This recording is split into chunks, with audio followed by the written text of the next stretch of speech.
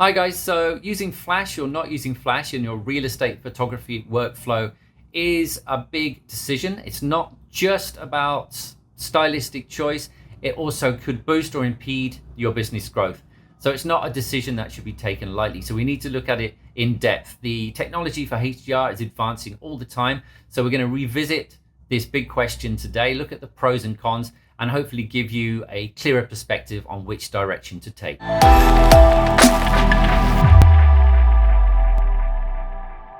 So first of all, let's look at Flash and the pros and cons for using Flash. And most of us will already know that if we're using it in our workflow already.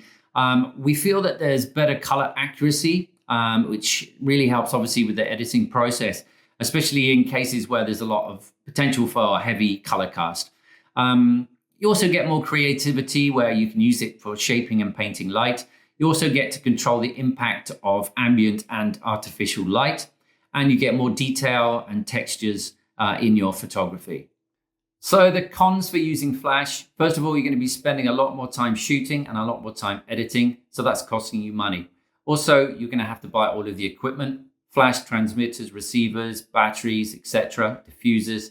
And if you've got a business where you've got 10, 15 plus photographers, you're going to have to buy for everybody the same equipment as well to make sure that there's consistency. Also, if you have a lot of staff, you're going to have to take the time to train them to be able to use the Flash properly, which is not as simple as shooting HDR at all. So it's going to take a long time to train and a lot of money to train them as well. Now, you're also going to get consistency problems because every photographer is going to be shooting slightly different with the Flash. It's impossible to get them to shoot exactly the same way. Also, it's going to be harder to scale your business and more expensive. You're going to have to deal, if you're editing yourself, with all the Flash shadows and reflections you get from using a Flash. And also it's not suitable for every shoot. So not every house is going to be perfect for Flash photography.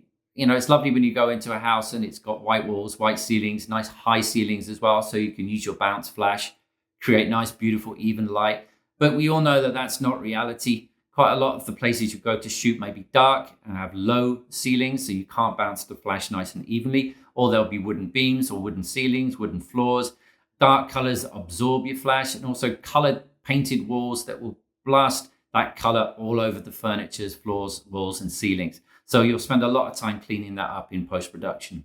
Let's talk quickly about the equipment and the costs. So the main expense obviously is the main Flash unit, but you do have other peripheral stuff you'll have to buy alongside that. But you'll have to get a powerful, you can't just put a speed light on top of your camera. You need off-camera Flash, and it needs to be 200, 400, maybe even 600 watts. So they're very expensive units. And of course you need the transmitters. Sometimes you even need the light stands and even sometimes diffusers. So it's very costly. And as I mentioned before, if you're growing a business, it's not the best way to expand. Now, if you already use Flash in your workflow, then you know it's taken you a long time, maybe years, to perfect it and to put it into your workflow so that you can actually progress through a house quickly, get your shoots done and edit them quickly as well. Now, if you're trying to grow your business and employ new photographers that are not familiar with Flash, you're going to have to train them on how to do that. So just imagine how long that's going to take and just think about the expenses that are going to be involved with that. Now, if you've already shot HDR, then you know it's really simple to set up. We have auto exposure bracketing and lots of auto methods that you can use in your camera to make sure that you have consistency and the workflow is extremely quick while you're on the property. So it makes a lot of sense to be able to shoot like that. And it's easy then to train other people, if you've got new photographers coming in, to be able to shoot the same way.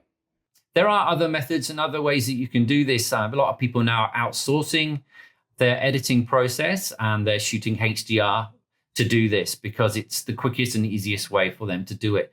Obviously, I'm working overseas now and I'm working with post-production houses. And it's very interesting to see the quality that's coming out of these houses. Editors in Vietnam, Philippines, etc., could be an option for a lot of businesses. And it is now a massive growing area for companies in especially Australia and America. They're sending their photography over to the overseas editors and getting it back the next day.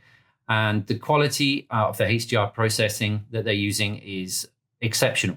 So it could be a viable option and it's something that can help you grow your business. If you have a business out there or you're a freelancer, do you edit your own photos still? Are you sending them overseas? Where are you sending them? How do you shoot? Let's have a community discussion about it and let's learn from each other, and maybe we can help grow our businesses together. I hope you enjoyed watching this video. There's going to be some more coming. So please comment below and I'd love to hear from you. What are your ways of shooting? Let us know.